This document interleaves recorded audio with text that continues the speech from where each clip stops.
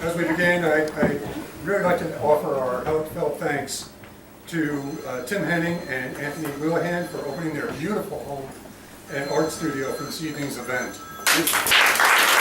Oh, thank you. Tim, where are you? We're right here. Raise your hand. All right. Yes, okay. Tim is the master chef and culinary genius behind tonight's menu. And as you can see, Anthony is a renowned artist and accomplished artist, and has been commissioned by many organizations and associations, such as the NFL Alumni, Disney, U.S. Senior Open, Bruce Lee Foundation, and the Nobel Conference, and many others. He's also done a number of paintings for celebrities such as Ray Charles, Natalie Cole, Bonnie Raitt, Gladys Knight, just to name a few. Wow. Anthony was commissioned to do the Minneapolis Convention Center mural, which is the world's largest mural on canvas at 5,500 square feet and 3.5 stories tall. Let's give him, again, a very warm thank you. Thank you, Tony. Okay, now. If you're interested, Anthony is going to give a quick tour after our events. So, for opening remarks tonight, I'd like to introduce the Assistant Senate Minority Leader, Terry Bonoff. Senator Bonoff serves on the Commerce and Consumer Protection Committee, as well as the Education and Finance Committees. Senator Bonoff has made education a major focus of her work in the Senate, with particular emphasis on early childhood education, as well as structural reform of state and local government. Senator Bonoff has been a mentor and a valuable resource to Audrey and her campaign for the House seat. So please welcome Senator Briton. Go, Terry! Well, thank you very much, and again, my thanks to the host, because what a tremendous place to have an event. Are we not lucky? So thank you.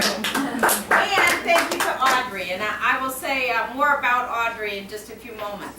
But it's interesting to look at the art. And so if you look behind me, you see this three-dimensional piece, and you see America. And then if you move over just a little bit, you see a completely different image, like the Statue of Liberty, I believe.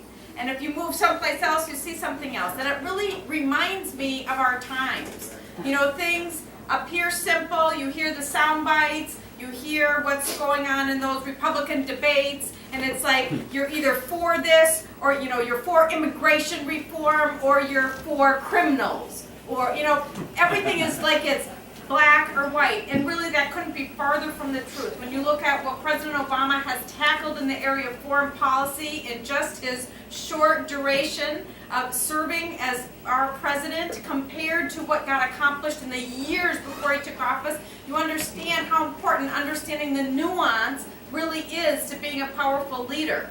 And so I raise that because you might say that Plymouth is of course going to be Republican, but I don't think it's that simple, because I think that people are deeply upset, and that people understand in ways that we shouldn't sell them short. And they understand that perhaps that Tea Party message, while first hearing it and thinking that's exactly what I think, too much government, but then you take a step back and you find out, well, is that really what I think? Or are they, in fact, in bed with something even perhaps more sinister than too much government? Perhaps they're too much big corporations, or, too much fear, too much racism.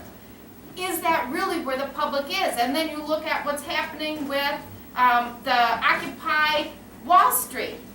And they're very angry. And what is that about? And really that is about just the unrest and the anger about the greed that's taking place everywhere, and about the tremendous inequality that we have. And so we are ripe for change. We are ripe for the people to stand up and say, we reject the notion of the way it was, and we're going to stand for something different. And that's why Audrey, is our candidate, because Audrey is a straight shooter. Audrey is very intelligent, very capable, has a tremendous amount of experience, and Audrey always points to the nuances and what's behind the story. And I've seen her do it in debates, I've seen her do it at the doors, but I believe that skill and that ability is going to carry the day in Plymouth a lot stronger than somebody who is known for being, black and white oppositional force, and for what? And frankly, I don't think any of us know for what. And those, you know, I'm very lucky to be joined here by outstanding colleagues. And you know, you right now, I'm just looking, I see Melissa Hortman, Steve Simon, John Benson. You're going to hear from all of them, but they are three of the most talented members of the House, and so we are all very lucky to have them here tonight. And I know you expected to see Paul Thiessen. Paul Thiessen unexpectedly got called out of town and sends his regrets and his strong belief and support for Audrey Briton. So I want to make sure you all know that. So before I turn my time over to the next speakers, I just briefly want to talk about what happened 2 days ago, and that was our 2 special elections. Because we won our 2 special elections.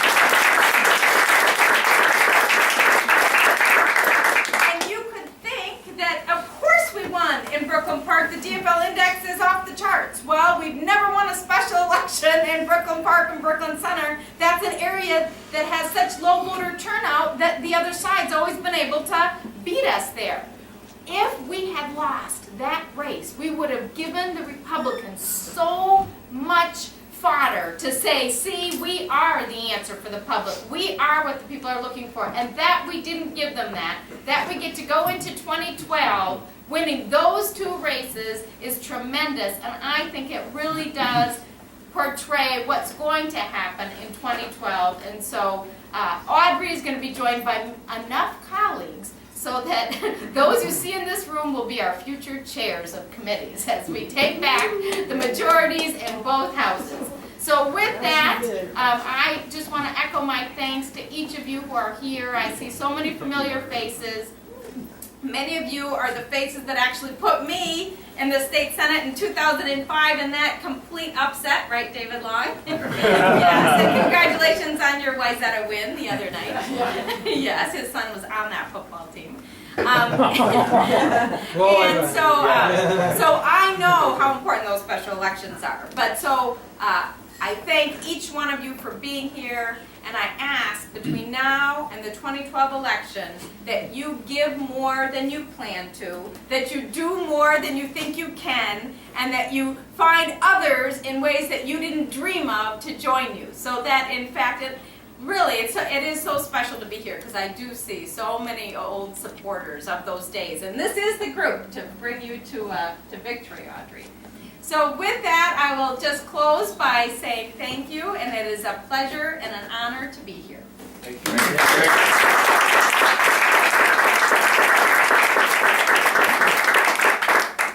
Next, I'd like to call up, as Senator Bonoff mentioned, 3 members of the Minnesota House here tonight who have been mentors and advisors to Audrey. So if I could be joined up here by Melissa Hortman, Senator Hortman, Representative John Benson, and Representative Assistant Minority Leader Steve Simon.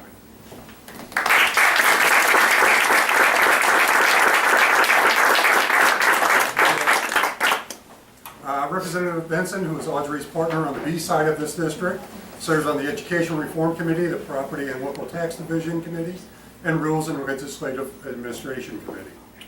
John is known for his tell-it-like-it-is style, standing up for his principles, especially in the face of adversity, and which I'm sure was tested in the last legislative session. Assistant Minority Leader Steve Simon represents the district just south of here. He serves on the Civil Law Committee, where he is working on the important issue of judicial impartiality. Also serves on the Government Operations and Elections Committee, the State Government Finance Committee, and the Data Practices Subcommittee. He has represented his district since 2004. Representative Simon recently made national news, has become somewhat of a YouTube sensation for his committee speech on equal rights. Outstanding impassioned speech. I suggest you check it out. It has over 500,000 hits so far. Wow. Where is it?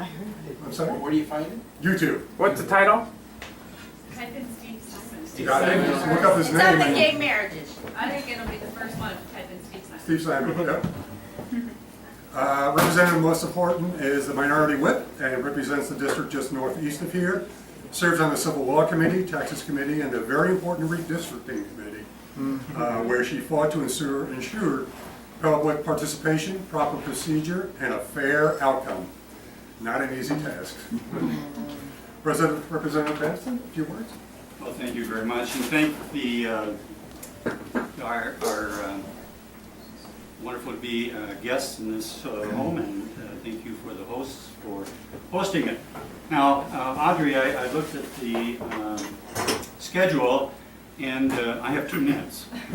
And one thing you will need to know if you, and when you get into office, there's hardly a colleague you're going to run into who will only speak for 2 minutes. It's really difficult. One of the problems I had, I was a school teacher for many years, and one of the things you have to do is always be on time. So when students show up, you have to be there. So I'm always the first one at all the committee meetings, and the only one. And I'm waiting around for the chair of the committees. They're on a special time schedule. The reason I'm really excited about Audrey's run is that she has a characteristic which is really lacking in the legislature, and that is the sense of practicality and the idea that in order to move things forward in democracy, you have to be willing to compromise to find common ground. This last election has brought a large number of what I consider really radical conservatives. They're not even conservatives, they're reactionaries. And now my speech, Steve didn't make YouTube, but during a debate or discussion while Representative Wardlow, one of the more conservative members, and Grunhagen, I think is how he pronounces his name, were raging about the 10th Amendment, the 10thers as we call them. I was discussing with one of the Republicans that it sounded like they were either for nullification, interposition, or secession. I was a history teacher, and I don't think any of them understood. And so I asked him, well, which is it then? You're certainly not for secession. That was Jefferson Davis, you know. He was a traitor, right? After all, we just did the Pledge of Allegiance to the flag. How about nullification? That was John C. Calhoun. And Annie Jackson threatened to hang him by a sour apple tree back in 1836. Well, how about interposition? Are you with George Wallace standing in the door of the University of Alabama saying black kids can't come to this all-white college? So which is it? Nullification, interposition, or secession? What does your party stand for? That should have gotten on YouTube.